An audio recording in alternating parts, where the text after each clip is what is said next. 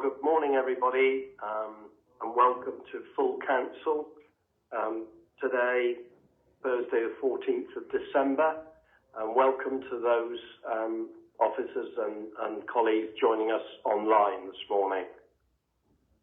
Also to our listeners on Island FM.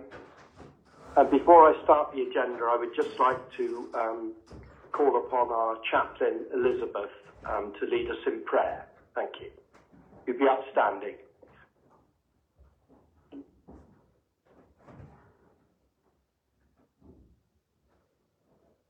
Heavenly Father, we ask your blessing on the people who've been called as counsellors to lead this community. Grant them the wisdom and courage to know and do what is right, good and true. May they speak out when it is time to speak out, and listen patiently and receptively when it is time to listen.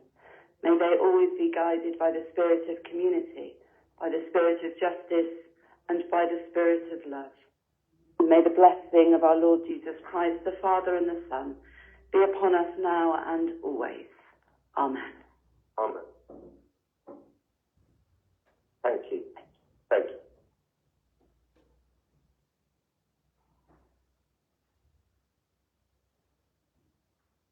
First item on our agenda today are declarations of interest. Do I have any, please? No, thank you. The second item today is to consider the minutes of our previous meetings of the 9th of November and the 16th of November, which I will take together.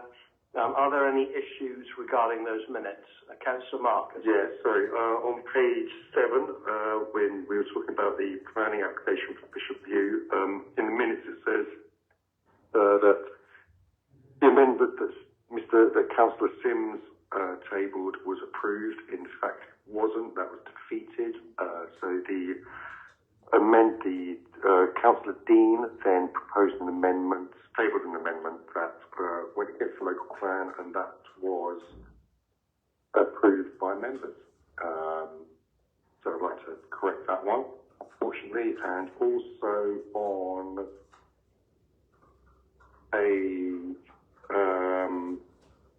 14, the local proposed arrangements for the local enterprise partnership. I said it wasn't the strategic economic board, it was the advisory panel to the strategic economic board that I felt wasn't working well for the RCA.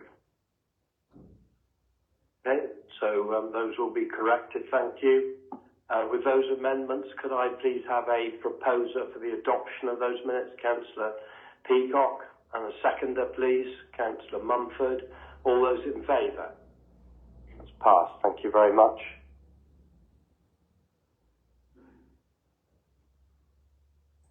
Item 3 on our agenda are chairman's announcements. I have a few this morning.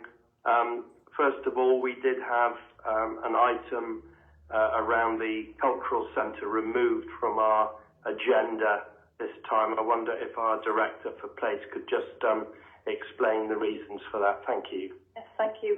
The report was written prior to the costs being received for the first phase of the works for checking the designs and the costs that our quantity surveyors have provided. So the contractor we're working with has revised those figures, and they're well within our delegated powers, so there's no need to bring a report to council. So the first phase of the work with the contractor is that we get them to check what's been submitted by our existing team to see what they think about the design and the cost so far. They're going to do that work in the next few weeks before January, so that we get those costs checked, so we can use those costs in our grant funding agreements. So that work is well within our delegated powers. So we will be in contract with them either today or tomorrow, but that work is in the delegated powers now. Thank you very much for that. The second item on this agenda, number 3, my remarks, I'd like to mention that at full council last month, I reported we had received a local petition highlighting the concerns that the incumbent operator has rejected the government levelling up grant funding of £48 million awarded to our council and is intending to use bank borrowing to fund the new ships, inevitably threatening the future of these islands. This petition has now been validated and will be brought to full council in a paper next month. The last item I've got under my remarks is, in fact, centering on a tribute to our Chief Executive, Paul Masters, who sat next to me here. Paul is leaving us at the end of this month, and he has navigated our council, our community, through these past 4 years and is retiring. 6 years ago, our council was in a very different place to how it finds itself now. Our finances were in a mess, an unknown. The path being taken was meandering in various directions and needed a firm hand on the tiller to bring us through to a better place. I can truly say we are in a much better place now. Many councils, and I mean many, are struggling to stay afloat. Many have already been unable to sustain themselves and have handed in the towel to central government. We are not in that place. We are in very good order financially and with nearly all aspects of our services, with only one service needing some improvement. This achievement is largely down to Paul. Back in those darker days, we were looking for a new CEO. We couldn't find a suitable candidate. One day I was at County Hall in Truro for a meeting and was asked if I knew Paul, who was about to retire from Cornwall Council after a lifetime of service with North Cornwall Council and then latterly with Cornwall Council when it amalgamated. So I was asked if I knew him, and I didn't. And apparently he loved Scilly, and I was informed that he may be persuaded to hold off his retirement for a year or two and join us. I immediately asked if I could meet him, and after a while he was dragged down from his desk to meet me. We stood in the cafeteria in County Hall, and within 10 minutes I knew he was the man for us.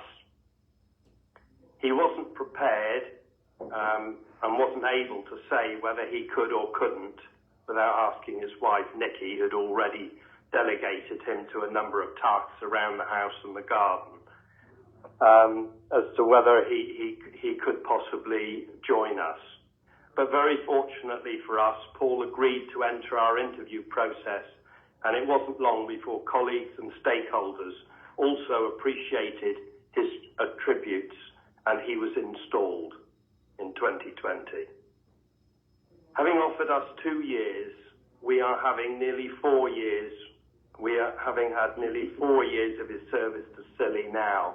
We managed to persuade him to do this amount of time with us, which we're very grateful for.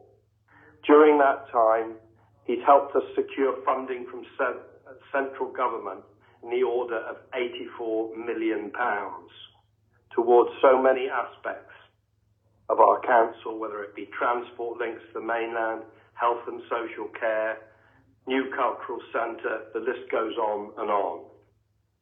He was also fundamental in securing a £10 million grant to help us support our transport operator funding during the COVID pandemic. And he guided us through that nightmare, and we were able to come through it pretty much unscathed, which was the biggest concern for any CEO and indeed ourselves since the last war. But Paul's attributes do not rest with securing funding for Scilly. We have seen his personable manner, calm demeanour, but firm and solid advice that flowed from his massive experience of local government in his lifetime.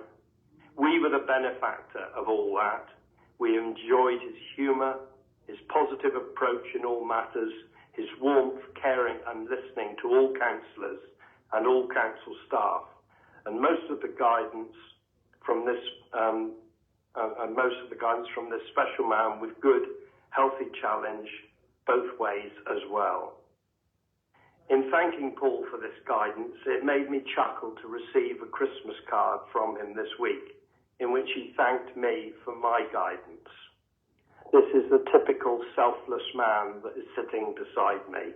I can assure you all, it is Paul who's guided me and us, and that this comment from him is typical. We will miss, sorry, I've missed out a little bit I wanted to say. Wherever Paul has worked, he has been well respected and popular with his approachable style and good humour. He has tackled the job here and everywhere with enthusiasm and commitment. He's a highly respected professional who's been able to improve relationships regionally with government and to help the voice of the islands and the council be heard. He has brought wisdom and knowledge with his extensive career and provided calmness and clarity in helping us move the council into a strong position financially and in terms of service and project delivery. Under his guidance, he leaves the council in a much stronger position today than when he arrived. We will miss you hugely, Paul, and our councillors, staff and the Solonian community. Thank you so much for all you've given Scilly. And even though we delayed your retirement, hope you can now enjoy some time for yourself and your family. Thank you.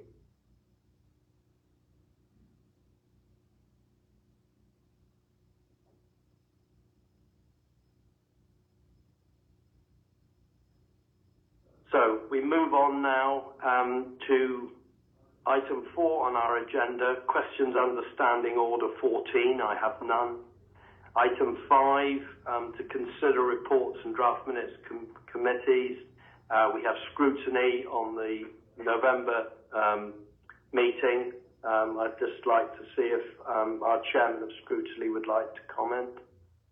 This was a special meeting for the children's services. I don't know if anyone's got any comments to make. Take it that everybody's read everything. Okay, thank just you. to say that there probably will be, I'm going to have a meeting with Justine, and there'll probably be another meeting around about March or April. Thank you. Thank you. I'd like to propose. Okay, please. And a seconder, please, for the adoption of those minutes. Thank you. All those in favour? Thank you. Item 6 on our agenda is to consider motions in accordance with Standing Order 12. I have none. Item 7, urgent items. I have none.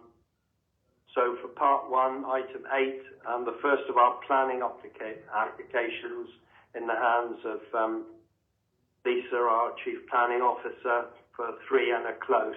Thank you, Lisa. Thank you, Chair, and good morning, everyone. Since there's only one application this morning, you'll be pleased to hear. This application is brought to members as the applicant is the council, and this is a council house. The proposal is for an extension on the existing 2-storey detached property on Anna Close. The works are to facilitate the tenant's accessibility requirements and includes a modest single-storey rear extension to allow a ground floor bedroom to be created at the property. In addition, the proposal includes the retention of a removed front door a door on the front porch. And based on the plans and the stated finishes of the extension, now no adverse harm has been identified and the application is recommended for approval. Thank you. Councillor Marcus? Yeah, nice simple one for a change. Really support it. It's also worth noting that even though there's an extra bedroom, this still falls within space standards. Is that correct? So yeah, that's worth noting. Yes, I propose recommendations. Thank you. Do I have a seconder, please? Councillor Sims. All those in favour? It's unanimous. Thank you. Thank you, Lisa. Item 9 on our agenda is the report on our 151 officer recruitment, and that is in the hands of our Chief Executive, Paul. Thank you. Thank you, Chairman, and thank you for those words earlier. It's been a complete pleasure and honour to serve this council, and I think it's a council that you and the community should be proud of, and it always bats above its wait. And it's not down to me, actually, it's down to us as a team. So just thank you for that. This item is in relation to the statutory function of the 151 officer for the council, which is in effect the chief financial officer for the council, which currently is undertaken under what's called an inter-authority agreement with Cornwall Council. And Russell Ashman is currently our 151 officer. He's a Cornwall Council employee, and of course Russell will be taking over as chief executive in January, and therefore we come to the position of needing to decide where the 151 officer cover will be. I have been in contact with both the chief executive of Cornwall Council, Kate Connelly, and the chief operating officer of Cornwall Council, Tracy Langley, for over a couple of months now, in order to get them to put forward to us the options that Cornwall Council would like to offer us in terms of that 151 cover. They have advised me that currently they are in the middle of their own recruitment for senior finance team, and therefore it was their preferred option that Russell, due to his experience and knowledge of the finance function within Cornwall Council, continues to undertake that function, at least for the interim period. In terms of combining the role of 151 officer and chief executive, whilst this is not normal across the country, it is not unique. In fact, two councils spring to mind. Lancaster County Council chief executive is currently the 151, and I suppose the most famous, if that's the right word, was Rob Whiteman, who became the chief executive of SIPFA, which is the Chief Finance Officers Professional Association, the chief executive of Barking and Dagenham, that reached the highest score under the Audit Commission. So it isn't normal for those positions to be carried out by both the chief executive and 151. It's not illegal, and it's not unique. Also, Cornwall's Chief Operating Officer, Tracy Langley, has advised that during their external audit report that they're currently undertaking, the external auditors have intimated that they would have confidence that Russell, because of his background, it would be a sensible interim position to have for the council to combine the role. I have seen members have a number of concerns about this proposal, mainly around the dilution of capacity at the top team, and secondly about the loss of challenge to key decisions between the chief executive and the 151 officer on key reports. However, there must be a 151 officer in position by the 12th of January when Russell takes over, and therefore I have had to put before you a suggestion that there is an interim period when he undertakes both roles, in order that council can consider the item in more detail and then come back with a further full decision with council in due course. Thank you, Chairman. Thank you very much, Paul, for that. I would come to our Vice Chairman, Sam Grottick. Thank you.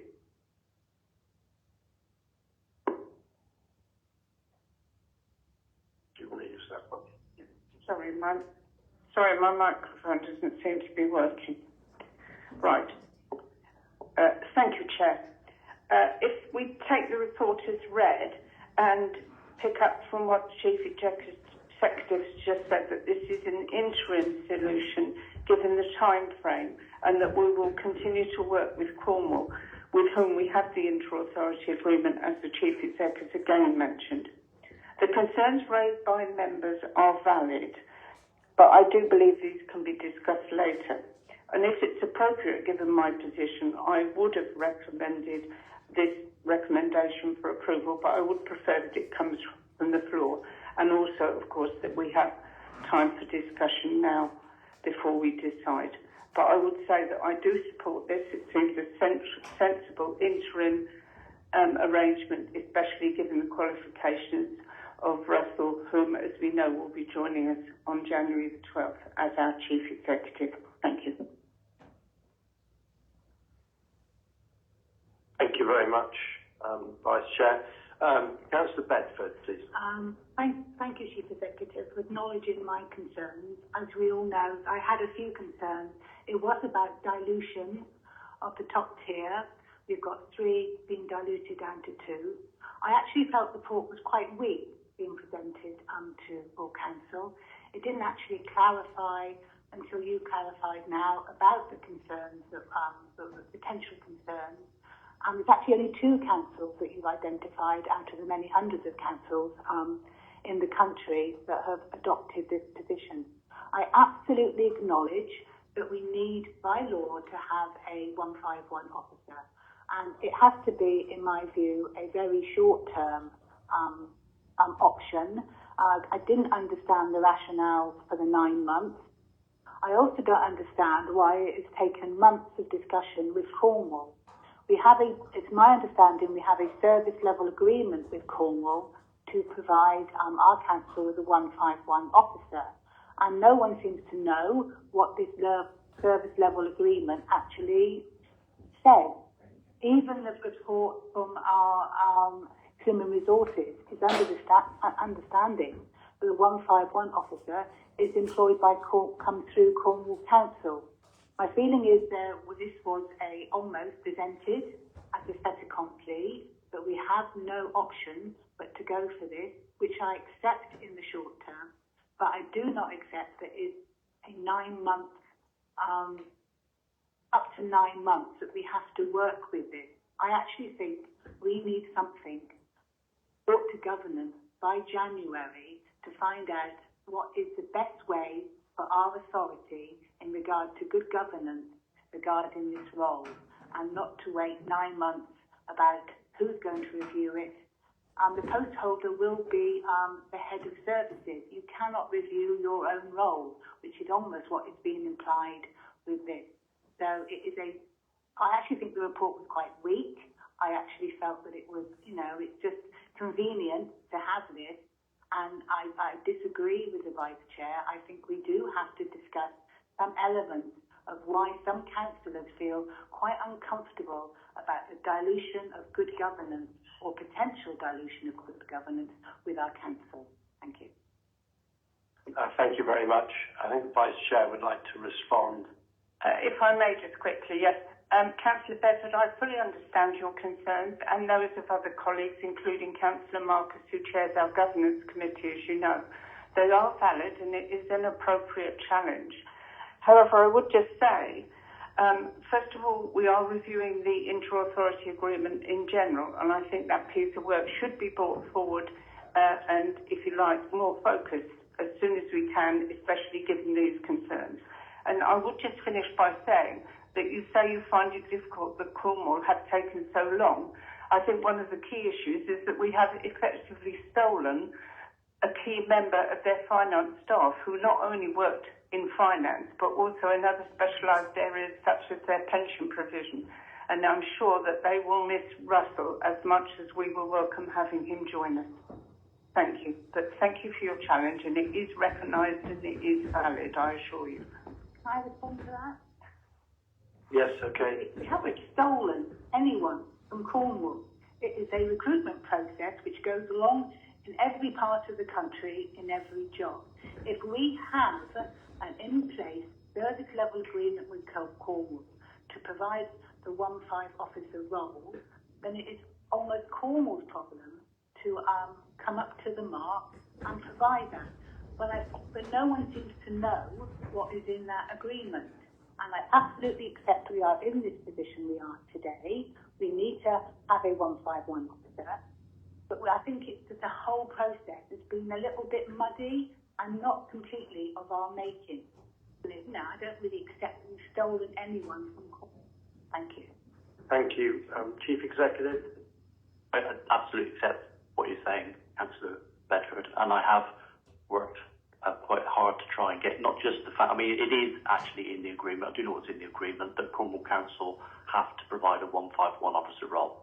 So you could decide today they have to do it by the 12th of January. What I've not been able to get out of them is who would do it, because you need to have confidence in the skills, the qualifications, etc. of the person undertaking that role. And so I felt it unfair to bring to you a proposal which said Cornwall Council will continue to offer the 151 officer role with an officer who is yet to be named, because in effect that's the other option that you would have before you. So you're right.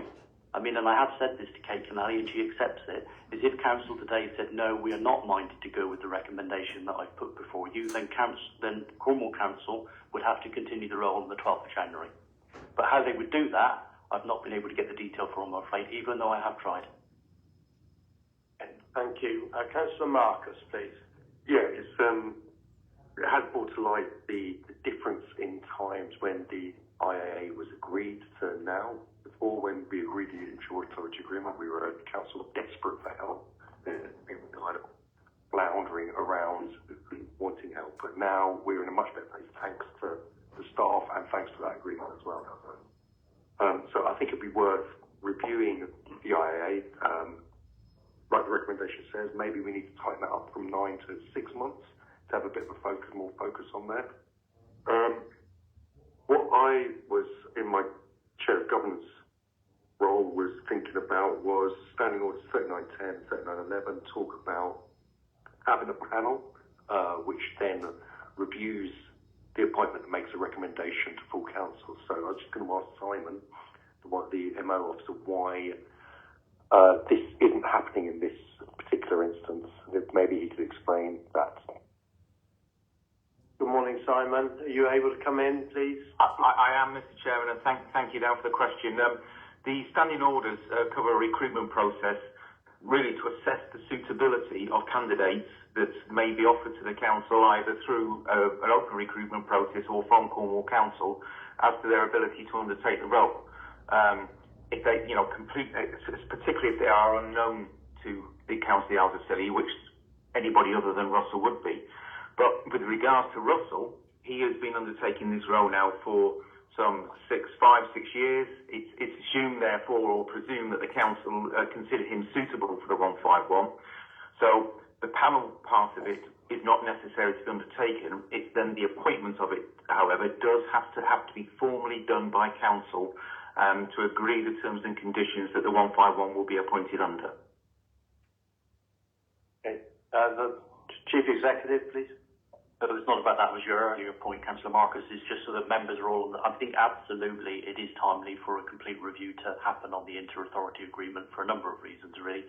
One is that increasingly our external inspection agencies are asking us whether we have evidence of value for money. But just so members are aware, the inter-authority agreement does not just cover finance and the monitoring officer role. It covers things like public health. It covers things like revenues and benefits, payments. It covers IT. It covers payroll. So it covers a whole host of services. And I do absolutely agree that I think it is timely that you have a good close look at that.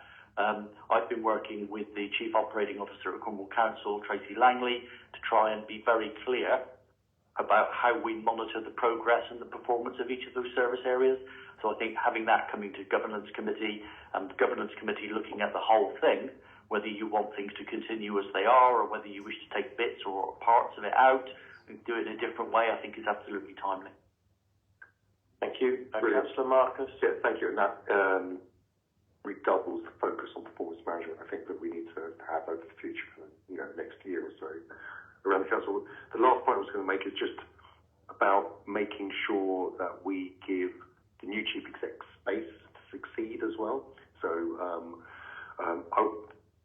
we all want him to be successful by not overloading him. One of my doubts and worries was having too much work to do. But if we can just concentrate that for a limited amount of time, we're in a much better place now. So I would be proposing rather than 9 months, 6 months, but also negotiating with the new chief exec about what he felt was achievable in terms of because like the current chief exec said, it's a complicated agreement. Thank you. I'm going to bring in Councillor Sims in a minute and Councillor Peacock, but I just would like to make one comment from the chair that might be pertinent to this, and that is that our current chief executive was employed on the basis of 3 days a week.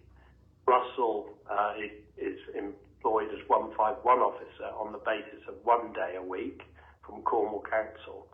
Therefore, now that we're employing Russell for 5 days a week in January, we actually have an extra day as well as covering the 1-5 officer role.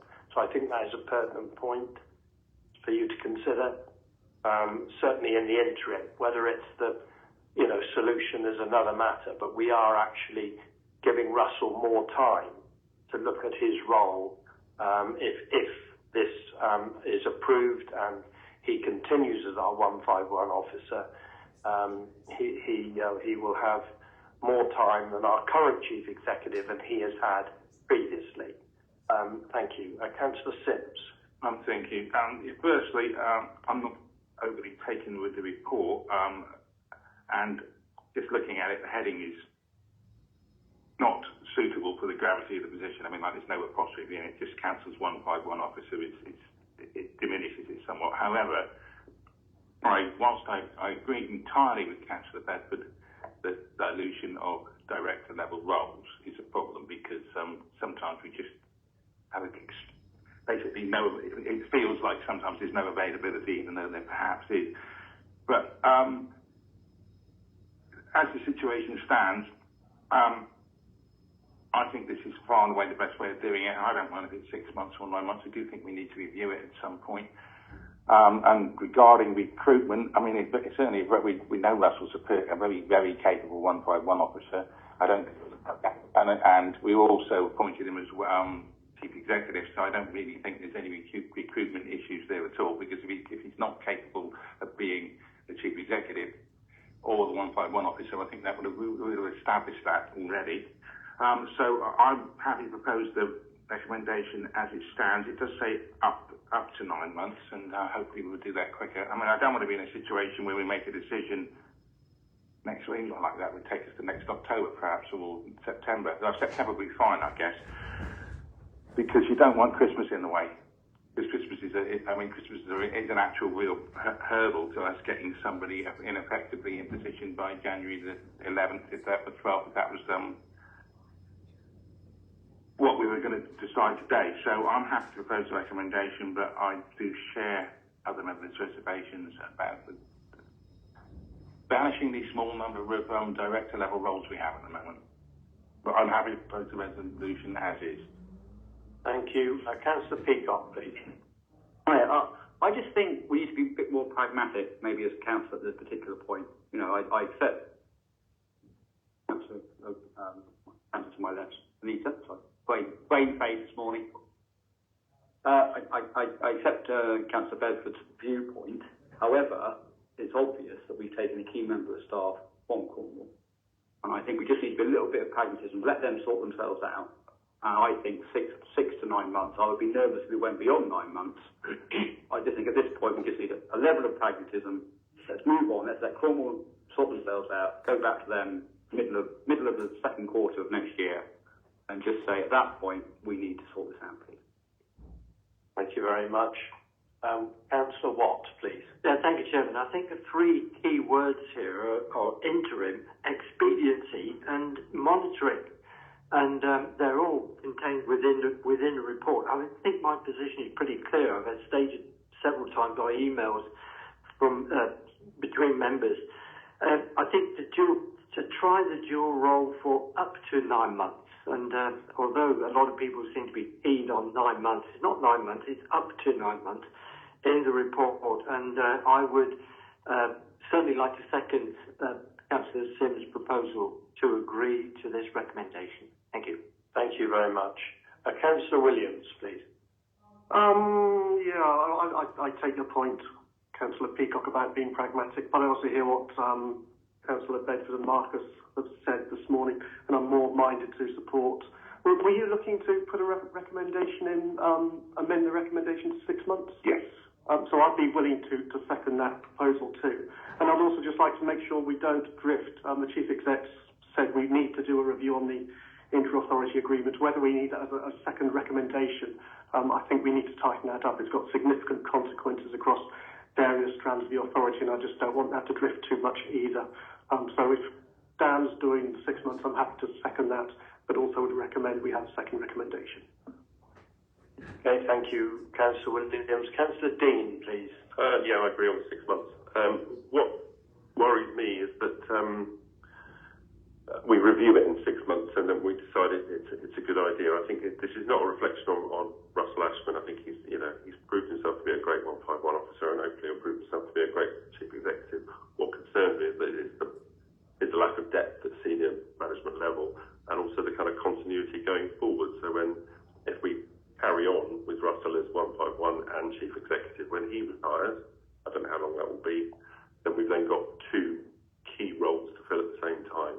And I'd like to have another 151 officer in place in plenty of time so that they get to know the council and how it works and so that there's some kind of continuity going forward.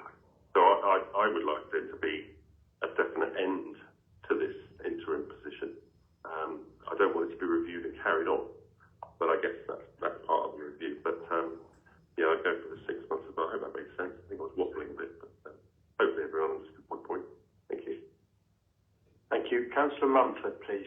Yes, I agree with most of what's being said. I don't actually think we've got a lot of choice at the moment if we have to have a 1-5 officer in situ straight away.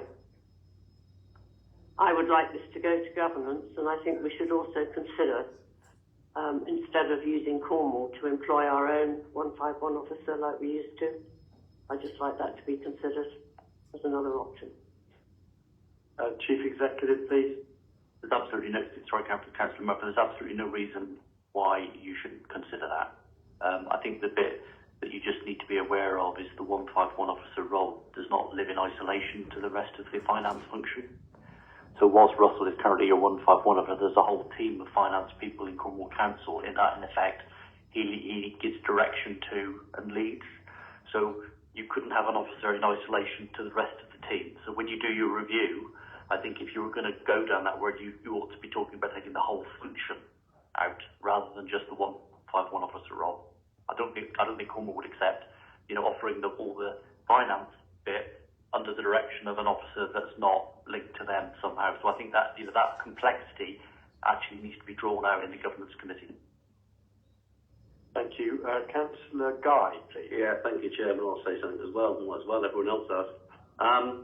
I think I made my comments pretty clear, like Councillor Watt did in the previous emails and let's call it the round robin. I think our hands are tied at the present time, and I'll go along with other members whether you decide on 6 or 9, but I would agree that 9 would be the limit. Thank you. Thank you. Councillor Sims, please. Just regarding Councillor Mumford's comment there about us having our own 151 officer. Now, previously, when we had our own 151 officer, we had also had a whole series of basically, if you like, agency specialist accountants coming in quite a lot, which was quite expensive because we don't have the capacity to employ specialist accountants. Whereas Cornwall are awash with the specialist accountants, and it actually works out very effectively. And just another small point, I mean, I think in Russell we have one of Cornwall's bests. And I imagine that's Cornwall Council's feeling as well. So they've got to find somebody to do the job he was doing previously, and they will replace him with one of their better accountants, if you like. So we're looking at 3 down, if you like. So the person we're going to get from Cornwall is likely to be of a less, I don't wish to besmirch the finance team in Cornwall, but you get my drift. We're not going to get, if we did this quickly in January, we certainly wouldn't be getting employing somebody of the same calibre as Russell, as you think. But I don't think that, if I take it to governments, but I don't think it's a good route to go down to start thinking of employing our own 151 officer, because basically in the 21st century, with all the rules and everything, we're too small to run the finance team with that capability, and the cost implications would be quite serious, I think. Thank you. So currently, I have an amendment to our proposal, a recommendation from Councillor Marcus, seconded by Councillor Williams, that the time for this interim appointment would be brought down from 9 months to 6 months. Is that correct? So could I please have hands for those that are in favour of that amendment, please?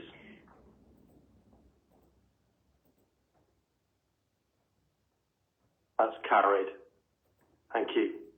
So we now take the recommendation with that amendment that it's now a 6 months period. All those in favour of the recommendation, please. That's passed. Thank you very much.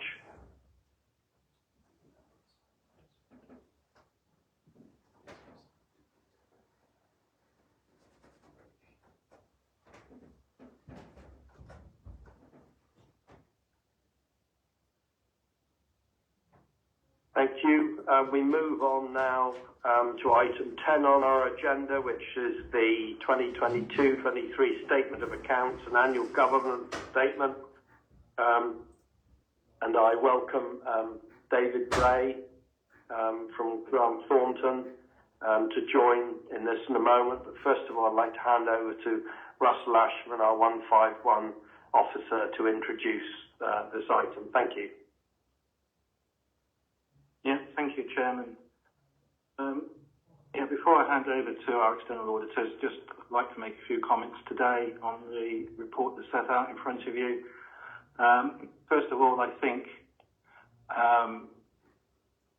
just to make the comment that it's probably a little bit confusing due to the delay in the audit process that's now ongoing. It is not just on the islands, but it's a national issue. So obviously we're now looking at the 22-23 accounts, and there's references in there to activity that comes forward from 21-22, which feels a little bit confusing when we're sat here talking quite recently about 24-25 budget.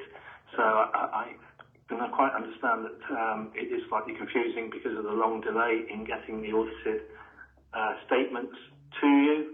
But just to give you assurance that if you sign off 22-23 today, you'll be in the minority of people in the country that signed off the 22-23 accounts. I'm taking the 21-22 accounts next week to Cornwall Council's Audit Committee, so they're 1 year further behind. But I do just point that out because I've already had a couple of people saying there's references here to 22. Is it right?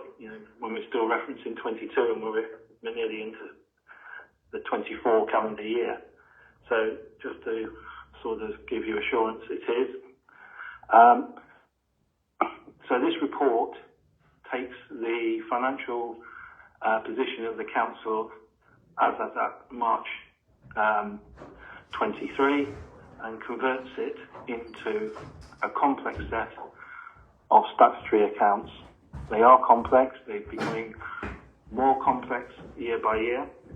There is and has been recent drive to try and simplify them going forward, but they are very, very complex. They are just putting into statutory statements information you've already seen. So it's the outturn from 22-23, which we brought to you last year, or earlier this year in June. So you've seen that, so it's no different. It's just converting that into what the correct format for statutory accounts. It also, in the narrative report, it talks about our MTFP, which was approved in February. So there's nothing new in any of the documentation. It is a formal documentation that has to be produced by law, and that is what we have done.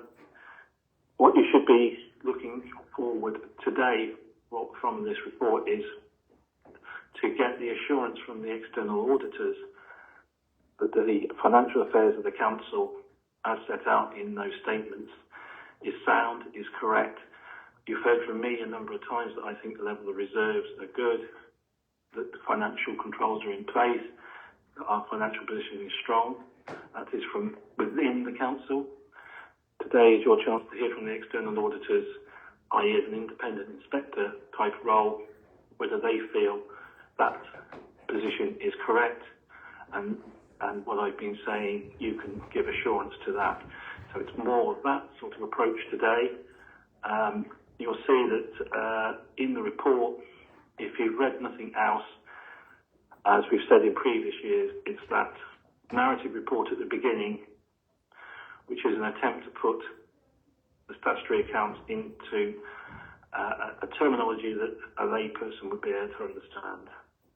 And as I say, we don't expect you to be able to look at the pages and pages of notes to the accounts and understand those. As I say, they've got to the point where you have to be a fully qualified accountant to even think about understanding those, and we don't expect you to understand those. So if you've read the narrative report, which is just bringing together information you've already seen, and take the assurance from David Bray from Grant Thornton, who will go through the audit's finding report, which then tells you how strong they think our financial position is. Can you rely on the statements? Can you rely on the reporting that you're seeing? And can you rely on the way that we've been interpreting that in advising you? Also inclusive in here today are some other statutory documents that accompany the statement of accounts, including the annual governance statement, which again is a statement we bring every year. It doesn't change radically, but we do formally have to approve it. Again, it's just bringing together information that you've already seen throughout the year and you've seen in previous years. If there was a significant change, we would have brought it in a previous report and had a much larger debate about it, but there isn't.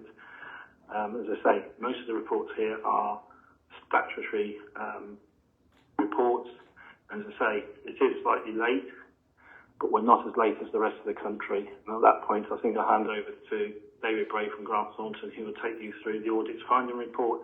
And as I say, that's the important bit that you listen to today. Thank you. Thank you. Good morning, David. Welcome.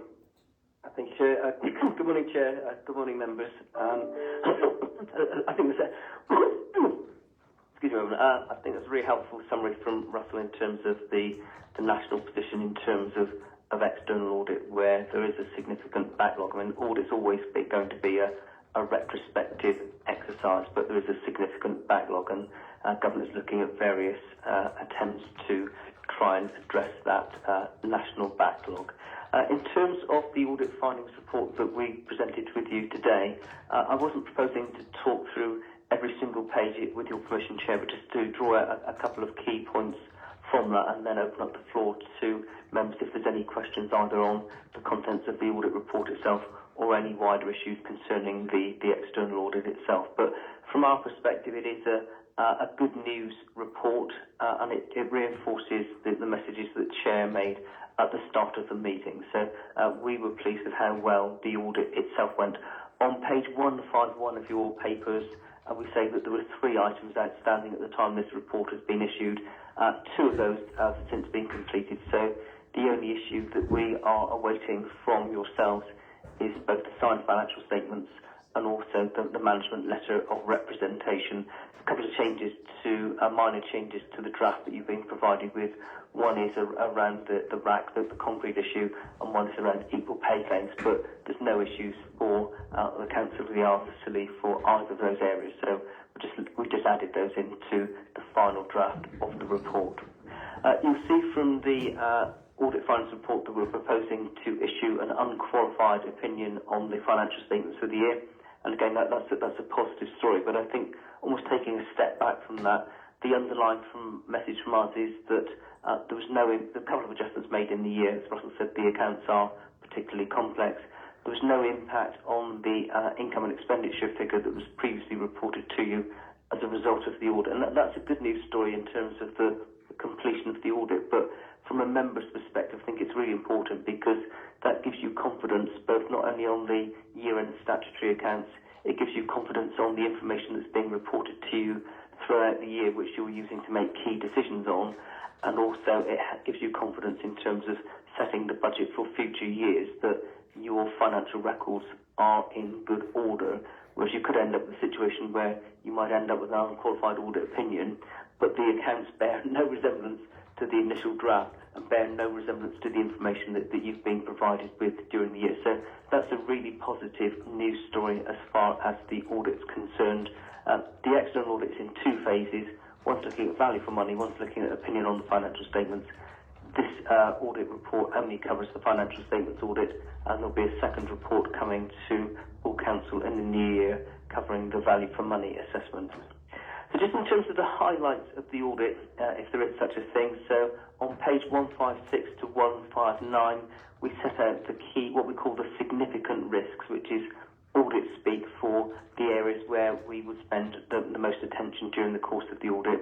On page 156, we talk about management override of controls, which is a risk at every organisation in both the public sector and the private sector. And again, there's no issues coming out of our work in that area. On page 157, we talk about the valuation of land and buildings, which is subject to a professional valuation. Again, no issues coming out of that, and really good cooperation from the valuer that undertook that work this year. Another key accounting estimate is the pension fund liability, and you see on page 158 that there was a change to the figures in the draft financial statements. In order to achieve the early close down, the council's actuary used estimated figures in order to produce the report on a timely basis. They assumed a certain rate of return on the assets, whereas just before the year end, investment values fell. So the actuary was assuming an increase. There was actually a slight decrease, and that resulted in a material difference to the pension fund liability. So the accounts have been updated as far as that's concerned. On page 159, we talk about the infrastructure issue, which again is a national issue. Members may recall that was an issue that delayed the conclusion of the 21-22 audit. So, as Russell said, the audit is later than everyone would have ideally hoped for, but we are earlier than we were for the previous set of financial statements, and we are significantly ahead of the pack compared to the rest of the field. So that's all I want to say in terms of the actual focus of the audit. And on page 174, which is really important from an external audit perspective, we confirm our independence at the end of the audit to members of the committee. So that's all I wanted to say, Chair, but we'll welcome any questions from members either on the contents of the report itself or for any issues of wider concern to members regarding the audit process. Thank you very much, David, for that. Councillor Watt has a question, I think. Thank you, Chairman. David, just the meaning of a word on page 65 of our pack, amortise. Now, there's hints of debt in that. Unfortunately, it may be explained elsewhere, but I couldn't find it. I didn't have time to look it up. So what's the meaning of amortised? Amortisation is the reducing of the value of something over the lifetime of an asset. So if you've got an asset, for example, and in very simple terms, Chair, if you've got an asset that costs £1,000 and is expected to last for 5 years, then it would be amortised or reduced by £200 a year. So it's a reduction in the value of an asset. Thank you. Councillor Bedford, please. Thank you. I think it's a question for Russell, please. I think I've asked this before. Mosquito control. I think last year I asked. We've got a mosquito problem. No, we keep it under control. I've got a zapper at home. Do you want to borrow it? There are some issues around mosquito research at the moment that Environmental Health are picking up on because they are carrying some significant diseases and because we attract a lot of mosquitoes, so we're doing some work on that at the moment to make sure we can keep our the population safe from disease. What are we doing? We are collecting samples and getting them tested to see what our mosquitoes currently carry. That's really interesting, thank you. The other thing is, what is airport B rate, please, Russell? It says £10,000. Business rates. Oh, right. And swimming pool energy costs, 30,000. Weren't we given some money from the government to go towards our energy costs, 20,000? And this is the point I was trying to make earlier in terms of years and confusion. This is looking at what we spent in 22-23. We overspent the energy because the hike in energy bills, the grant we've got is for this year to half offset it. So this is where the confusion comes in. We're 2 years out of date. Show the lead. Thank you. Thank you. Councillor Marcus, please. Yeah, thanks for that. Noting the health sector reserve in this one, which is really good, and also part of that is the healthy state of the Park House Reserve, which is really good to keep that going. I don't know if I'm going to regret this, I was going to ask a question about pensions, which David had already mentioned on page 158 of the pack. That change in valuation of the liability, is that going to be something that's a worry in the future if our pension liability goes up? Easy terms, easy English. Yeah, okay. My head is zooming around trying to find a simple set of words for you. In terms of the pension and the implications on the council and its contribution rate, those changes make there's no change. This is a calculation that's done on an annual basis at an exact point in time to put a figure in a set of accounts to try and reflect that there is a liability there. It is actually done on a set basis that's set out in the audit requirements and the accounting standards. It doesn't actually reflect what the pension fund and the true pension fund and the true liabilities are really worth. It is just a spot thing at 31st of March, and it's done on some assumptions, and it's done on a very prudent basis. So nothing you really need to think about. What you should be looking at in terms of any worry about the pensions is the 3-year valuation of the pension fund, which is done on a proper going concern basis and etc. And what is that is saying, there was one done just over 18 months ago, and the fund has strengthened over that period. And that, because obviously my other role is doing that function.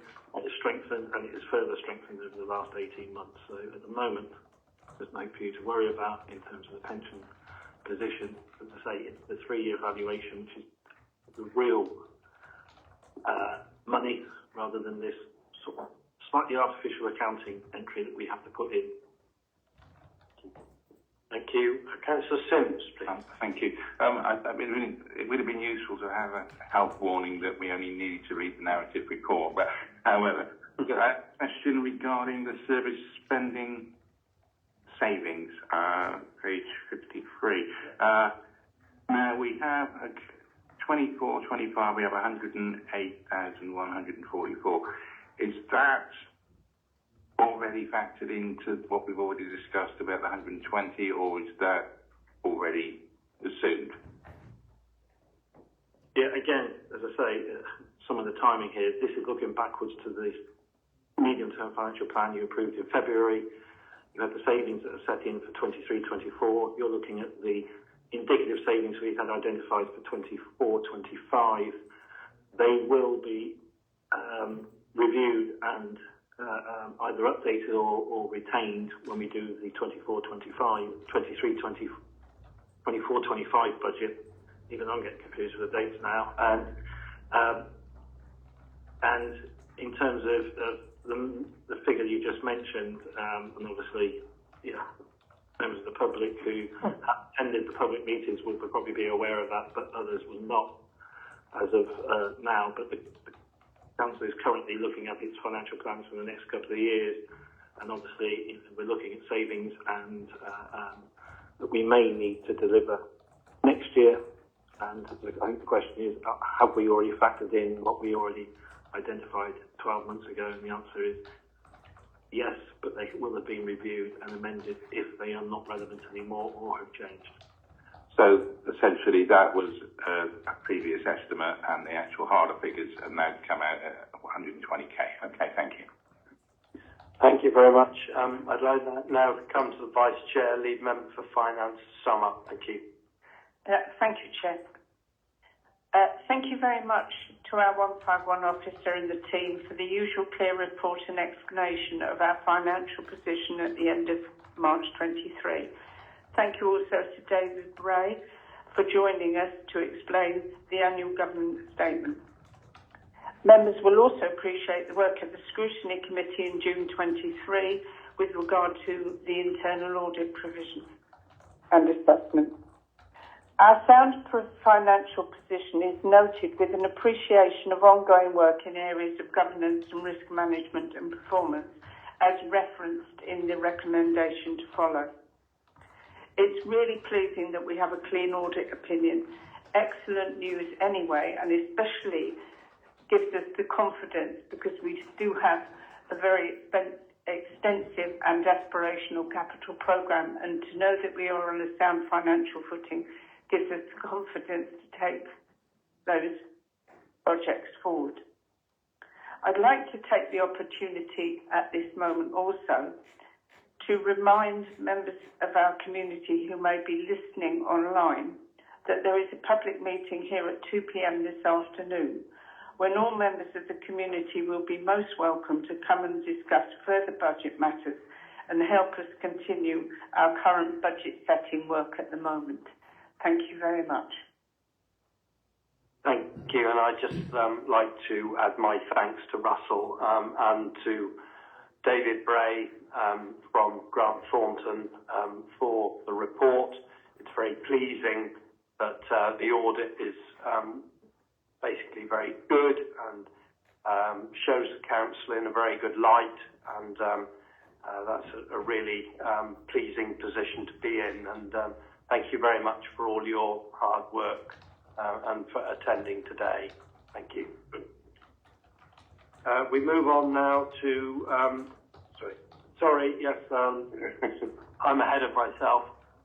Could I have a proposer, Councillor Marcus, and a seconder for the recommendations, please? Councillor Guy. All those in favour?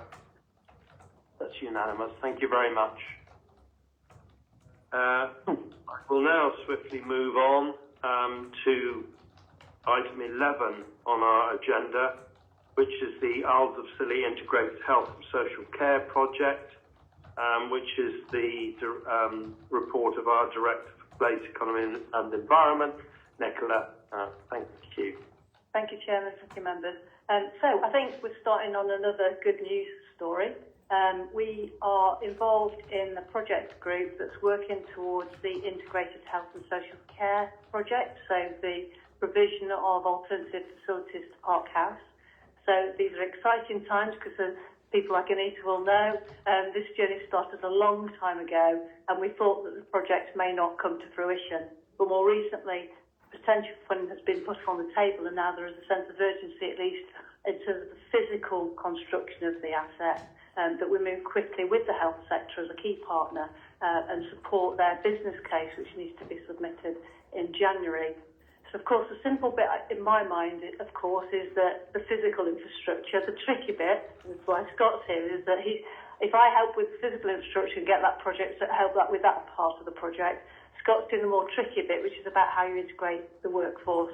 What are those working practices? So to get the funding, there's got to be an element of integration. That doesn't mean that we've merged the workforces. It means we've got to explore how that is done. And that work will probably take up to 10 years or more to come to fruition. But as part of this project, the first aim of the project is to get the building sorted out, making sure it's fit for purpose, it's homely, it provides what we need as a community for our care sector. And there's a number of project objectives that are set out on page 197 that look at the focus on the physical infrastructure to start with, but the need for that workforce integration and the practices that will be brought in if there's a joint facility at the existing hospital site. So it's exciting times. Of course, there are associated projects that are unparalleled to this, because if you're going to have a new facility and you want to use staff, where are they going to be housed? So we're working alongside the health sector on a joint project looking at potential housing opportunities. So we're doing some work in the background alongside that runs in parallel. But for now, to get the project moving, with the requirement from this council at this stage is just an in-principle agreement to support the project. And there's a letter of support set out at Appendix A that just sets those parameters, just giving some support to that business case as a key partner that will add some weight as that business case is reviewed and goes through the process. So we hope this is the start of a positive journey. We remain optimistic, but this is just the first part of that process, and we'll bring the business case and the detail to you as the project progresses. Thank you, Chairman. Thank you. Councillor Williams, please. I think Anita was before me. Sorry, Anita. I'm just going to thank you, Nicola. As you said, it's been a long journey, this road. In 2002, I wrote a report which made the case for integrated health and care facility and workforce in these islands. Nearly 25 years on, the concept of the project occasionally resurfaced, including the bleak days when there was a high chance the park house would close. With different levels of priority, work activities, consultations, forums and stated visions and workshops, all culminating in 2019-2020, a successful bid of 1.5 million to fund the work to submit an outline business case to ensure the One Estate project was shovel ready. Some of you councillors could probably remember that. It had costings of over £11 million to build. There was politics over this, as we know, and the brakes were put on the project. In 2020, in the middle of the global pandemic, the then Director of the Community of Peoples did an amazing job in securing a visit to the island of the then Secretary of State of Health and Social Care, who gave us endorsement of the One Estate project. You'll probably remember that day for a long time. However, due to the pandemic, once again, the project was put on the simmer. Nearly a quarter of a century on, when the first seed was planted for this project, we are once again on the crest of a very positive wave in the right direction. All the good and much hard work over many years by staff, past and present, brought us to this point, and I don't want that forgotten. However, here comes the negative bit. I'm struggling to understand, as maybe the public, in the view of the lengthy journey of this project, how councillors were informed of the urgency to make a decision today of the proposed business case to be completed by the end of December, with formal submission of the case by January 2024. I do not understand why council has been put in this position of a very tight timescale to make a decision. The letter accompanying this report is not presented as a draft. It has a spelling mistake, a really key spelling mistake, the word health, and states the assumption in the very first line and confirms that the Council of the Isles of Scilly unanimously supports for the integrated social care project. It should have been draft. The letter also states the Council fully supported the proposed submission of a business case for the project. What business case? I haven't seen a business case, or not. Some councillors may have. I saw the 2019 one. I haven't seen the ones being referred to. It's difficult to not sound negative over a very positive sequence of events. But I am a devil for the detail, and it's the detail that really bugs me. And I do think the letter requires redrafting. This report refers to stakeholders, but fails to include the most important stakeholders, the community the project will serve. Although I was not financially and operationally involved in the project, I believe there's an omission report by not reference being made to the Community Voice Forum, who were part of the project in 2019 and 2021, who actually undertook consultation, went to the workshop, and were very much involved. Financial implications. 1.5 million they referred to has not been mentioned in this section. How much of this money was spent? It was my understanding that 250k had been spent up on the previous outline business case. Workforce planning. This refers to the challenges of developing a truly integrated staffing solution. And actually, Nicola just acknowledged that it's the hardest piece of work, and it's not been agreed.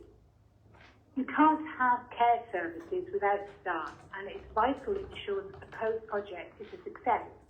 There needs to be some very delicate balance in ensuring the skilled set of workforce are not perceived by the staff as being diluted by this project, and this was one of the key aspects of integration objectives last time. The previous director and I really believed in this project. We were passionate about it, and the staff model is actually key to it. And yes, it's a really great time, but I do think we just need to be careful to actually get the information as to the councillors in a better format. Thank you. Thank you, Nicola. Just apologies, yes, it should say draft on it, and that's why it hasn't got a signature on it. We will make any changes that members want to make to that letter in the appendices. I think what's fundamentally different to what happened previously is that this project is now led by the health sector. So if you think about our other projects, when we put a business case in, we ask for letters of support from our partners and our stakeholders. And that's the other way around this time, to the health sector asking us for a letter of support. So no, we haven't seen the full business case, but we have got those investment principles set out, core values, set out in the report. So it's been done at pace because I think the announcement for the funding came very late, and the deadlines for completion of the project are March 25. So the health sector have now got to work at pace to get into contract to get someone to build this facility before March 25, which will be quite a challenge. So they need to be on site this year. So that's why there's a pace issue, is that I think a relatively late announcement and a different lead on the project. So that puts them under pressure to get the business case done, which there has been a project team that's had representation from this council, both at officer and member level, but we haven't seen the detail of the business case. But likewise, when we submit a business case, we don't ask our stakeholders to review the business case up front. We place our trust, they place their trust in us. We will see that business case, that will be in January. It doesn't need our formal approval. What they need from us now is our support. And that's the difference here, because we're not leading the project.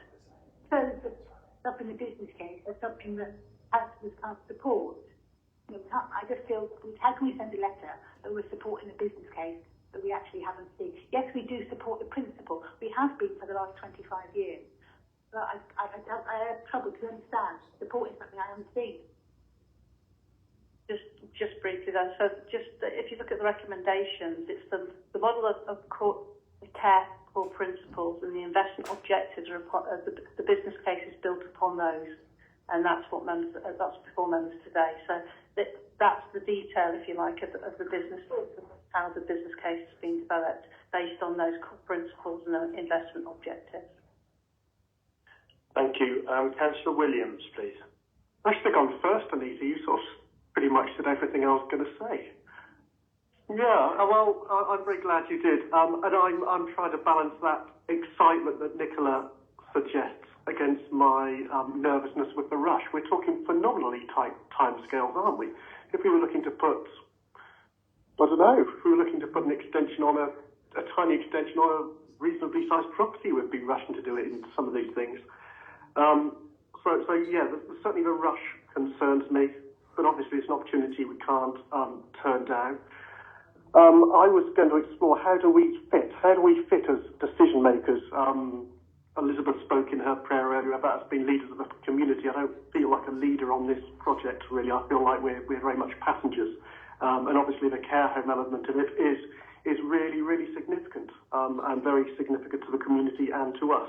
So I'm just conscious that we don't rush into creating a facility that has got to last for maybe 1 or 2 or 3 generations, which is all sort of knocked together in a handful of working weeks and months.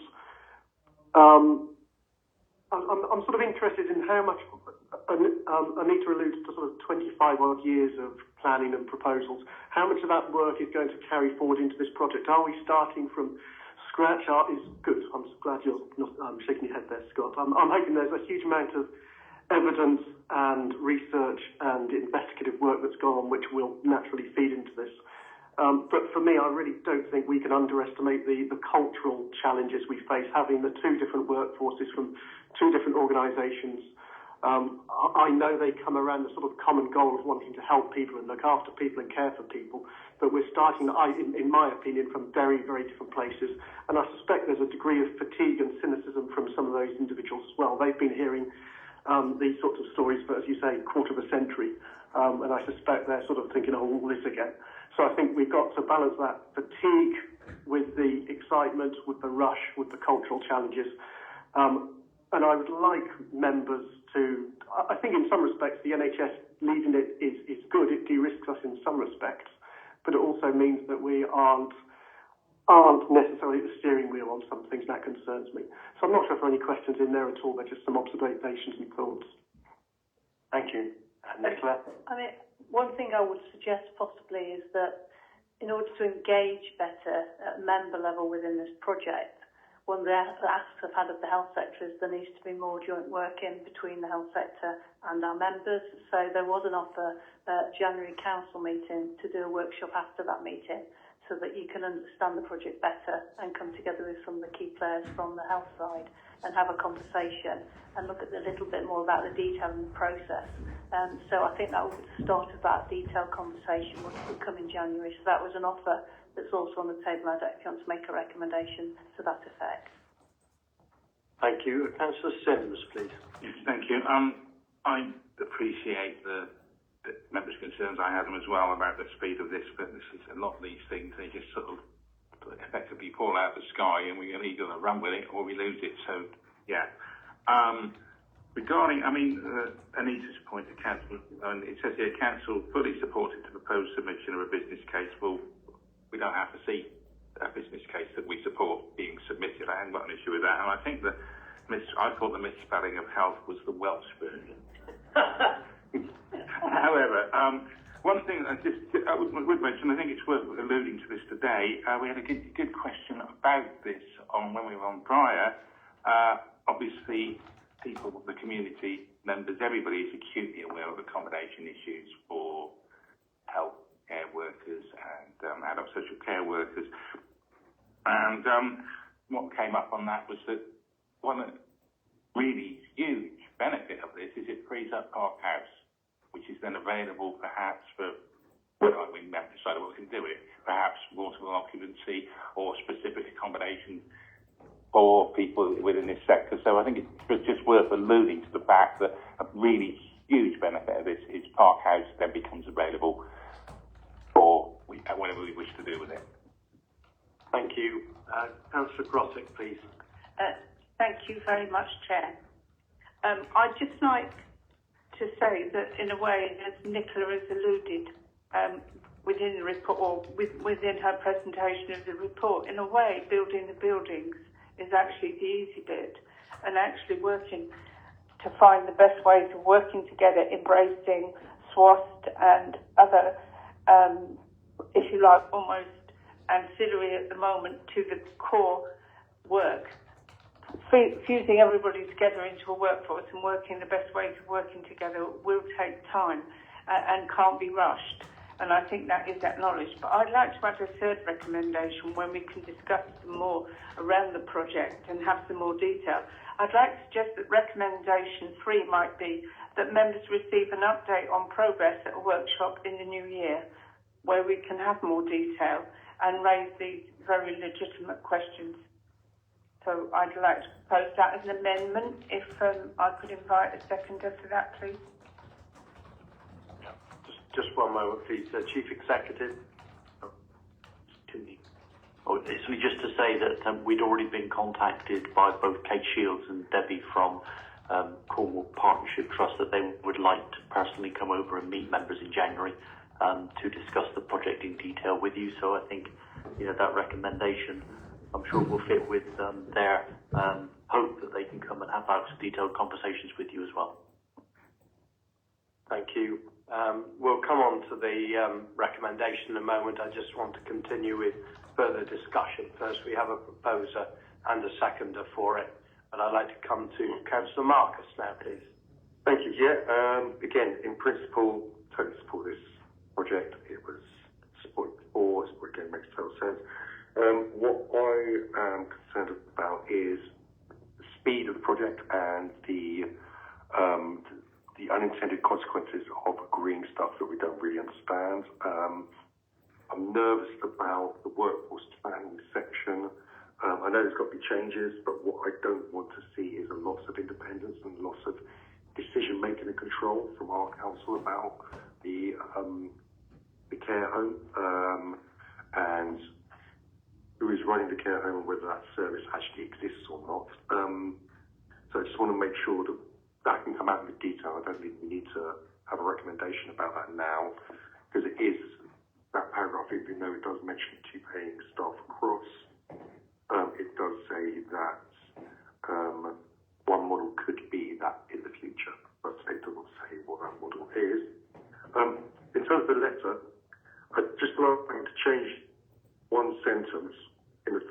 paragraph, it says the importance of on-island care services is essential.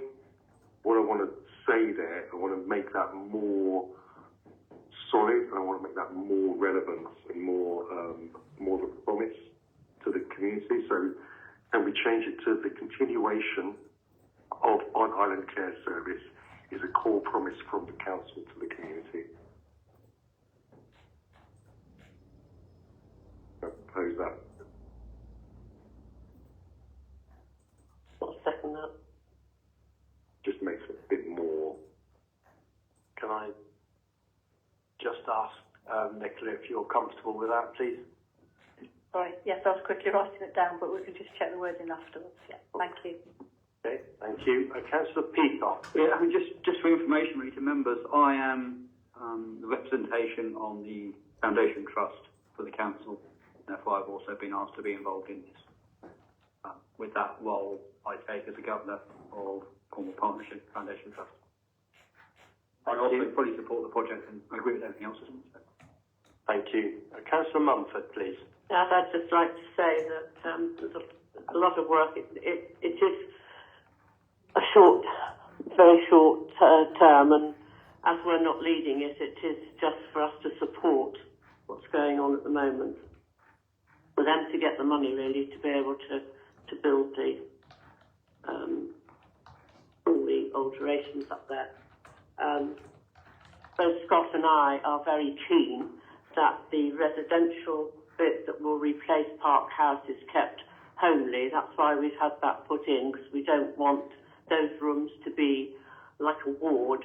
We want them to be homely because it is the home of the people who are in there. I think I'd like Scott just to explain a little bit, because some people seem to be very concerned, as I was, about the integrated staffing. And I think Scott will probably explain it better than I will. Thank you. Scott, would you like to come in? Yeah, of course. I suppose I'd like to start by acknowledging what Councillor Bedford said relating to the work that was undertaken before. And, you know, with yourself, the previous director and myself, we did a lot of work relating to push this project forward. And actually, that is the foundation of where we started. So we've gone back to that and we've looked at all the work that was done at that point. And we're using that and taking that forward. So, you know, when we're talking about a very complex piece of work that's ongoing, it isn't just being made up. It's actually based on fact that was taken previously. We've done consultations with the health service, and the hospital, the community services, primary care, and with Park House as well, and we've done that over the last month. So we've gone back to the staff team. We've refreshed the work that was done before. We've talked to them about what possibilities could happen in the future. And this does very clearly set out that one option could be, and it is an option, that people could be, Park House could be 2 Peter Cross to CFC. That's an option. There is no concrete plans have been put in place. You know, it is unfair for us to even start that process without a complete consultation with the staff teams across and the community again, to make sure that we can put out exactly what it is that's happening and what the community needs, because that was done in 2019. We've gone through COVID and we've come back out the other side and we're now in 2023. So that process is going to take time, and it is about cultural changes, about bringing people with us. And we went through a very difficult period up in 2018, 2019, trying to change that culture, and we've continued to do that during the last few years, and we've had some success with that. You know, but the reality is what this island needs is a very versatile workforce, and we can't. And to ensure that we have a versatile workforce, we have to work in a very integrated way. We need to have deep skills. The people that are working, you know, for the health and integrated health and social care service need to have deep skills, and they have to have a wide set of roles. We're all very versatile in the work that we do, so therefore we need to embed that in the processes that we go through. But it is, you know, as Nicola said, you know, this isn't a short-term piece of work. You know, within the benefit realisation, you know, we're talking 3 to 4 years before we even, you know, come anywhere near the end of this process, because changing cultures across workforces is not something that can be done overnight. And that's the main point that we need to do. So to make this project successful, and as as Nicola said, the building is the easy part, and we've done a lot of work to make sure that the building itself remains homely. It is on an integrated site. However, it will be made in a residential service, and the ability for people to work across both sites is important to ensure stability, financial stability over the coming years. But the workforce themselves will be consultated over the next, 18 months, 2 years, 3 years. So that's the process that we're going through. At that point, then we would have a very clear understanding of what needs to happen, what skills we need to have, and then we can then put that in place. Thank you very much, Scott. Councillor Mumford, would you like to... I was just going to say thank you. Okay, thank you. Councillor Sims, please. Yeah, who will own it? Will it still be our care home? I think that's an important question, because if it's just NHS, then NHS is a big organisation, and if it's very few people in it for a brief period of time, maybe they think, oh well, they don't need a care home over there, and they can shut it down. And it's happened a couple of times since I've been a councillor. Park House has been in great peril, and we pulled it back. And I'm just fear that an outside agency like the NHS have not got that imperative which we have. So I just would like assurances on that. So in terms of the building, who owns the building, that's the model at the moment is looking at CFT. In terms of who owns the service delivery, that's the council. Thank you, that's the assurance I needed. Okay, thank you. Councillor Williams, please. I was just going to say, I'm assuming the Duchy as landowners are going to be part of this. So I was just going to say that on Monday, I think 4 of us within the room are meeting with the Duchy. So if there's any issues that you anticipate, then let us know before 2 o'clock on Monday, before we sit down for our sandwiches. And the other thing was, I heard what you said, Scott, quite clearly, and is internal staffing capacity something we need to have on our radar at the moment? I'm mindful you've got the day-to-day stuff, the refurbishment stuff, forthcoming CQC inspection stuff coming up. This is going to be pretty prominent. Is that something that's keeping you awake at night, or are you comfortable with stuff like that? It's one of the many things that keep me awake at night. But yes, no, I think from the staffing perspective, I think as it stands at the moment, we are stretched over 2 sites, as well as a lot of work that's been ongoing. However, it remains manageable, and I don't see how that will change in the future. But if it does, I'll obviously let you know. Thank you. Councillor Dean, please. Changing the kind of tone a bit. I guess for the sake of transparency, with this being a public meeting, one of the questions I think the public will ask is why are we spending all this money on Park House if we're going to get a shiny new building in a couple of years? And the work that we're doing, is that transferable to make it accommodation going forward? Thank you. It's a very good question, and it was one in my mind too. So part of this project is looking at the future use of Park House. So alongside this, we're getting some concept drawings drawn up for Park House, looking at how that might be subdivided into residential accommodation. But in the zone work that's been done at the moment in terms of investing in the building, we're making sure things like the plumbing's in the right place, so it's future-proofed.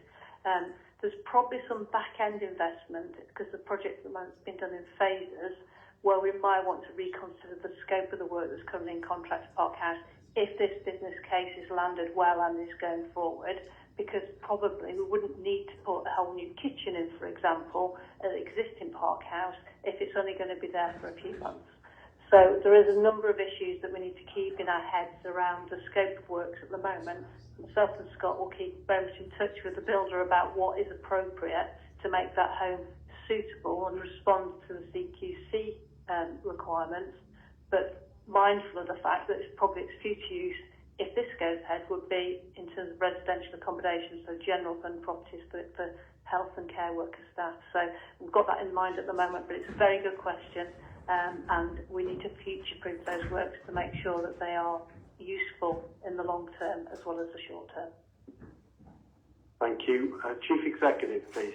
Yeah, bearing in mind, as you said, Councillor Dean's public meeting, though, I want everybody to be very clear, unless members say otherwise, that until this is a cast iron plan, until it's absolutely finished, we are not going to stop doing all the refurbishments needed at Park House.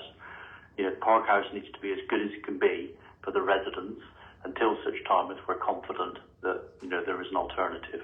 So as Chief Executive, I've urged, and I think I said to you all along, we don't want to put a message out that we're going to pause works at the moment until there's clarity on this project. I would rather that we carried on, and I don't see it as wasted investment really for all the reasons that Nicola's just said.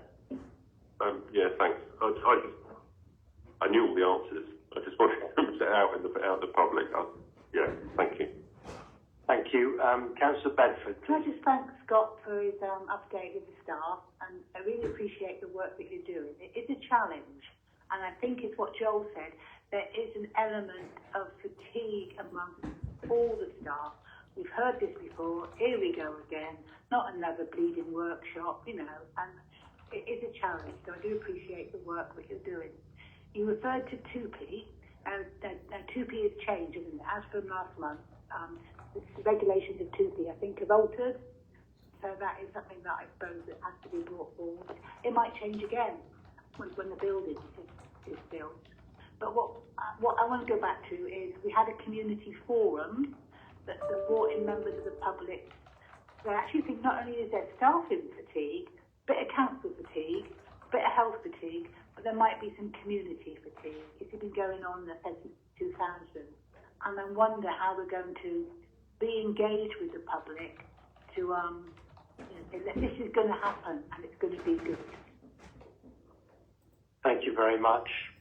So we have an additional recommendation proposed by Councillor Grottick and seconded by Councillor Bedford, that we have a meeting and workshop in January with the leaders of this project to take this forward. All those in favour of that additional recommendation, please. It's unanimous. Thank you. So could I please have a proposer and seconder, Councillor Peacock, Councillor Marcus? Yes. So proposer and seconder with the amendments and the amendments to the letter as well. All those in favour, please. Recommendations? That's unanimous as well. Thank you very much indeed. Thank you very much, Nicola, for the report, and Scott, and thank you. So we move on now to item 12 on our agenda, the acquisition and disposal of land and property policy review, which is again in the hands of Nicola, assisted by Sian. Thank you. Oh, you're going to introduce it. Thank you, Sian. Thank you, Chairman, and good morning, everybody. The report before you outlines the review that has been undertaken of the Council's policy for the acquisition and disposal of land and property, and the changes proposed for adoption going forward. The main changes to the policy include the alignment of this with the Strategic Asset Management Plan, which was adopted by members in May of this year. Specifically, this aligns the asset ownership principles adopted through the Strategic Asset Management Plan for the Council's corporate and commercial assets with the policy criteria outlining when the Council should invest, retain or dispose of its land or property. Given that the Strategic Asset Management Plan also recommends a number of prospective disposals, some of which have existing tenancies in place, feedback from members through our Capital and Property Board requested that the policy update needed to include recognition for the procedure to be followed in these instances where existing tenancies are in place. And these changes are reflected in the updated policy. The adoption of the policy changes will provide consistency for any council service looking to explore acquisitions or disposals now and in the future. Any prospective acquisitions or disposals will continue to be brought to full council before members for approval in line with the financial regulations and this policy if approved. For the purposes of this policy, disposals of social housing is excluded as this is guided by separate national, regulatory and statutory requirements. Therefore, the recommendation before you is that members adopt the updated acquisition and disposal of land and property policy as set out in Appendix A of this report. Happy to take any questions. Thank you. Thank you. Councillor Dean, please. Yeah, thanks, Sean. I think this is pretty straightforward. We've already approved the Strategic Asset Management Plan, and this is just making it official, if you like, in the policy and making sure that what we agreed in that plan is now in policy. And yeah, the main things are the sitting tenants and how we deal with them with disposal of property. So I will propose the recommendation. Thank you very much, Councillor Dean. Councillor Guy, please. Yeah, thank you, Chairman. Just a welcome report. Very good report. Read through it, and I would second it. Thank you. Thank you. Councillor Marcus, are you hovering to come in? Hovering, I can't think of what. No, it's just, Chair of the Council and Property Board, it was really good to get a good turnout at the last meeting as well. It's really good that members are engaged in this really important piece of work, how we deal with our properties. So yeah, just discuss there and it'd be good to vote it through. Thank you. So we have a proposer and a seconder for the adoption of this recommendation. All those in favour, please. It's unanimous, and thank you, Sian, very much indeed for your report. Thank you. Item 13 on our agenda is site acquisition of Stone Yard, Morwell, in the hands of Nicola. Thank you. Yes, thank you, Chairman. Thank you, members. So a short report, really, just to get us on the front foot, because in accordance with that updated policy and the strategic asset management plan, one of the sites that we were told to have a look at as part of that work was to think about how we can control land that would enable us to unblock barriers to contractor accommodation on the island. So the Stone Yard, which is adjacent to the Morwell site, is actually landlocked in terms of vehicular access. But to get to that site, you have to come through the Morwell Yard area. So in health and safety terms, it's not good for a third party to be in control of that, and that has caused issues in the past. So what I wanted to do today, really, members, was to get your in-principle support for the acquisition of that land, known as the Stone Yard, so that we can get control of that and help provide it to contractor accommodation to enable developments and contracts to be let more easily. It's currently been leased or licensed to TMS, who are due to finish their work on islands in March. So it's time that we start these negotiations. We did have informed discussions about 4 or 5 years ago, but they haven't progressed very quickly. So perhaps if you are meeting the Duchy on Monday, this is one of the sites we'd like to progress. It has been on the cards for a long time, but I think it's imperative that we now take control of this site. So I'm seeking your in-principle approval for the acquisition of the land. Thank you, Chairman.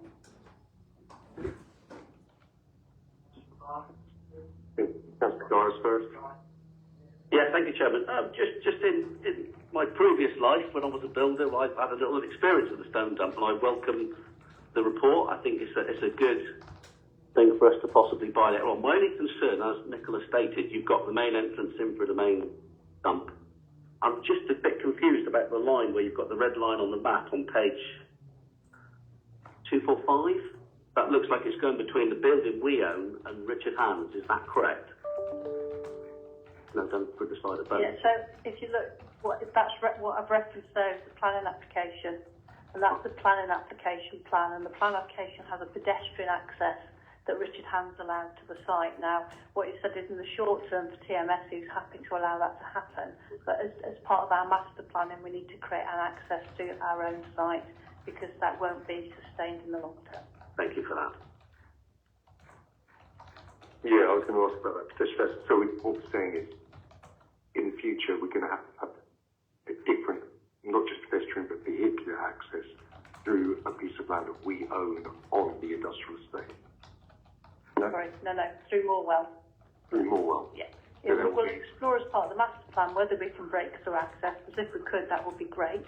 But if in the short term, we'll need to use the access through Morwell and make that safe. Okay. Yeah, I support the recommendation of the idea of buying it. I just would hope that we can negotiate a very good price with the Duchy, because it is only accessible across our waste site. But yeah, happy to propose the recommendation. Yeah, I was just going to go on a slight tangent. It sounds, excuse me, over the coming years we're going to see increased activity down there, so I'm just mindful that as responsible landowners to this, we're committing contractors to responsible noise pollution, light pollution, road safety and safeguarding of children and adults. so that we are not creating a site that becomes a blot for us. And I think they're very good points and much easier to control if the land were in our ownership. Yeah, so the one question I had was about finances. I think Councillor Dean brought up what is reasonable. You know, we're in principle don't want to write a blank check for this, so. Yeah, so my starting point on all these things is £1.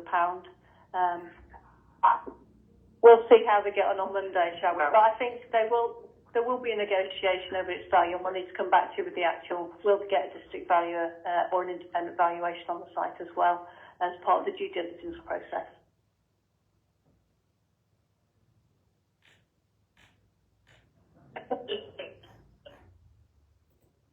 So we have I'll propose the recommendation, yeah.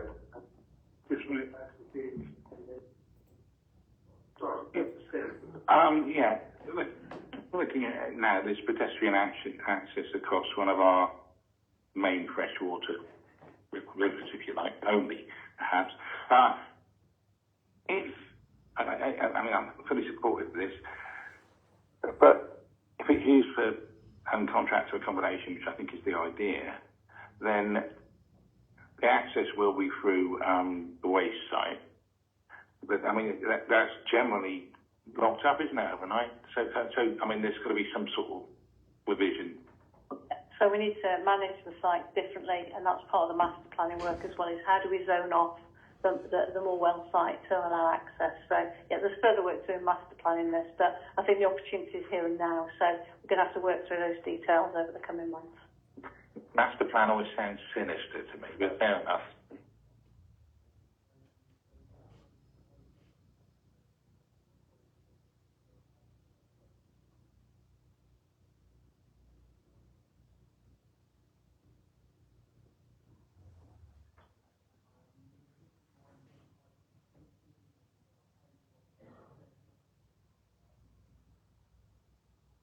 Sorry, I didn't have my microphone on. We move swiftly on to our pay policy statement, and that is in the hands of Tina, our head of HR. Thank you, Tina. Thank you, Chairman. So the Council adopts the national pay bargaining arrangements in respect of the establishment and revision of national pay spines through agreed annual pay increases negotiated with both the trade union side and the National Employers for Local Government Services. So following agreement that has been reached in November of this year between the respective sides, the Council has updated its rates of pay and also taken the opportunity to update locally determined rates of pay, also indexed to the pay award, such as our standby rates. I'd like to also take the opportunity to please point out an error in the report at point 7, which should be disregarded, as agreement has now been reached for the current year for all sides, including chief officers and the chief executive. So the recommendations are as follows: that members endorse the proposed amendments to the pay policy statement for the period 2023 to 2024. Members note the increase to locally determined standby rates of pay. Thank you, and happy to take any questions. Thank you very much, Tina. Councillor Sims, please. I'm happy to propose the recommendations. I think it's very good that we're in this national agreement, because it could potentially be a horrible can of worms if we're not. Thank you. Councillor Bedford, please. Just a query. On page 6, it says government's national living wage for people aged 23 and over is currently set at £10.42 an hour. It's changed, isn't it? On November the 21st, it changed to £11 something an hour, and it's over 21. So that's not correct, is it, that statement? I believe, and I will double check, but I believe the statement is it's coming in for April. I mean, Russell will be able to confirm, but that is a proposed change to bring in the spring in April, but I'll hand over to Russell to confirm that. Russell, thank you. Yeah, thank you. Yeah, that's my understanding. We will double check that and just get your response back. But my understanding is the Chancellor's autumn statement was talking about the rate that will come in place from next year, from April 1st, and this is for 22-23. Thank you, Rob. This is the 22-23 pace. We work a year behind. Thank you.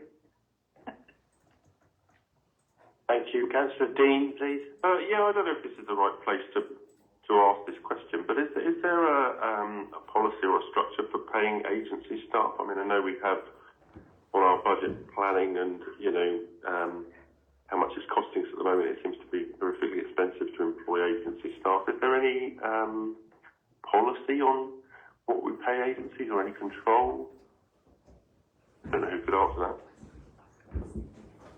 Tina, Russell, would you like to take that question? Thank you.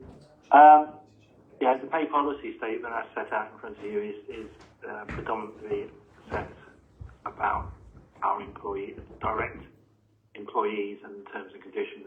Agency staff are deemed to be contracted in through a third-party purchasing agreement. When we do that, we should be obtaining value for money and best value through a competitive process like we do with any other purchasing, i.e. if we're purchasing a contract or we're purchasing materials, it should be done through the same process.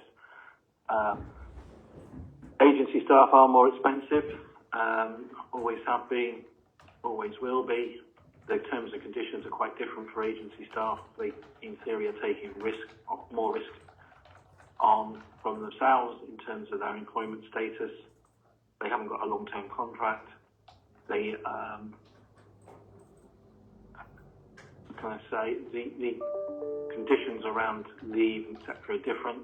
They're being tightened up all the time. I mean, once upon a time, they could take all the whole risk, but the employment framework is changing for them. But again, they do take risks, so they are higher pay. They are short-term. They haven't got long-term tenure of contract. They're not in a pension scheme, etc. So they are higher, and it is driven by the economic circumstances, i.e.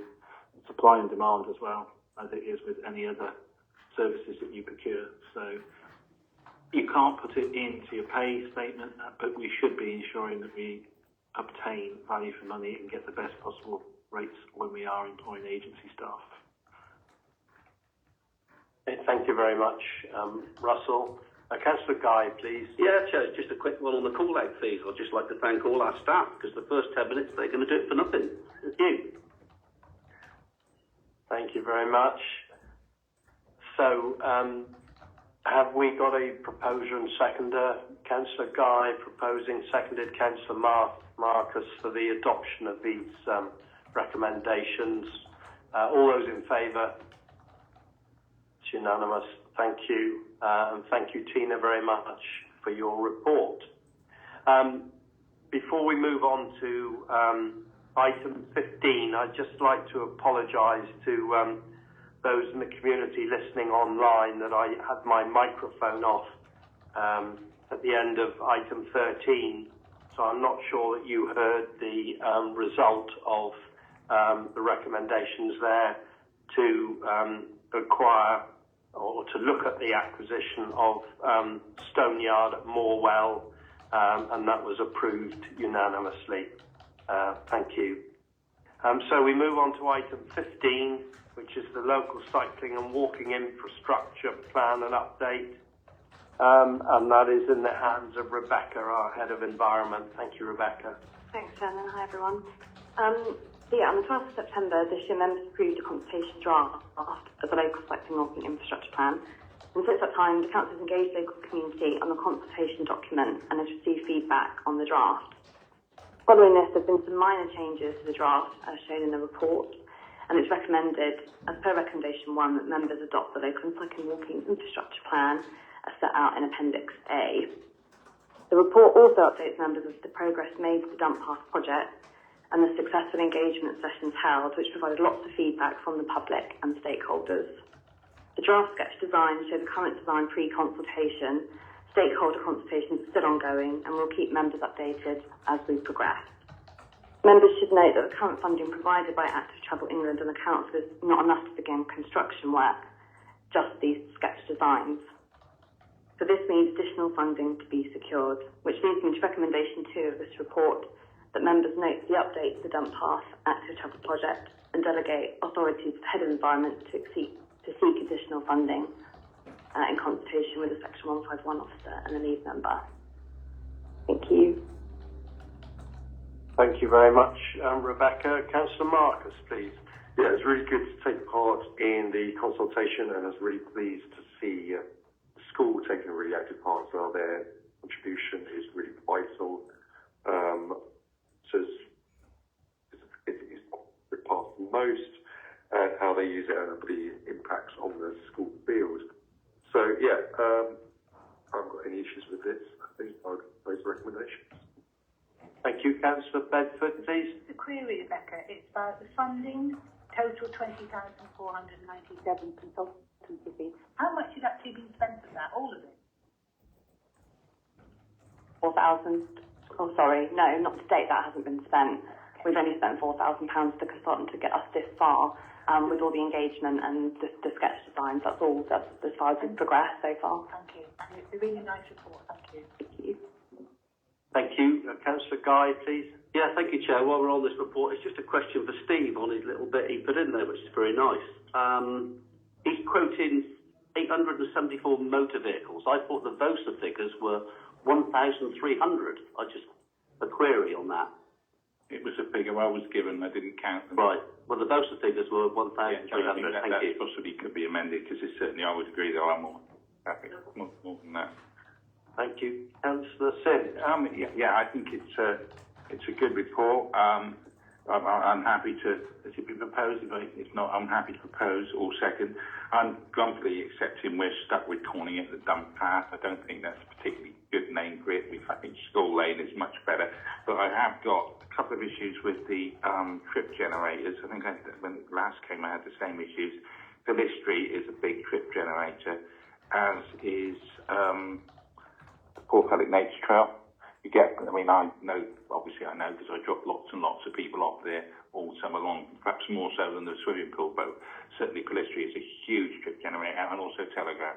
So I think it's probably worth updating that, because that may well make a difference to decisions later on. So just to reiterate, Pilistry, Telegraph, and the entrance to Port Pellic Nature Trail. But a good report, and I thoroughly endorse this. Thank you. Thank you very much. So I have the recommendations proposed by Councillor Marcus, seconded Councillor Sims. Councillor Peacock. I was seconding if it hadn't been seconded. So. Okay, thank you. So I have a proposer and seconder for the recommendations. All those in favour, please. It's unanimous. Thank you very much, and thank you very much, Rebecca, for your good report. Part 2 reports are for information only. Before we move into Part 3, I would just like to wish our community that are online a very happy Christmas and New Year. And as Councillor Grottick mentioned earlier, there is a public meeting this afternoon to discuss our budget and other matters at 2 o'clock here in the Wesleyan Chapel. So hopefully we'll see some of you then. Thank you very much. And with that, I close the meeting, and we will move into Part 3 with item 17. Sorry, we withdrew that one. Oh, I'm sorry. Not doing very well today, am I? Not very sharp. Okay, so that means that we close the meeting entirely. Thank you very much.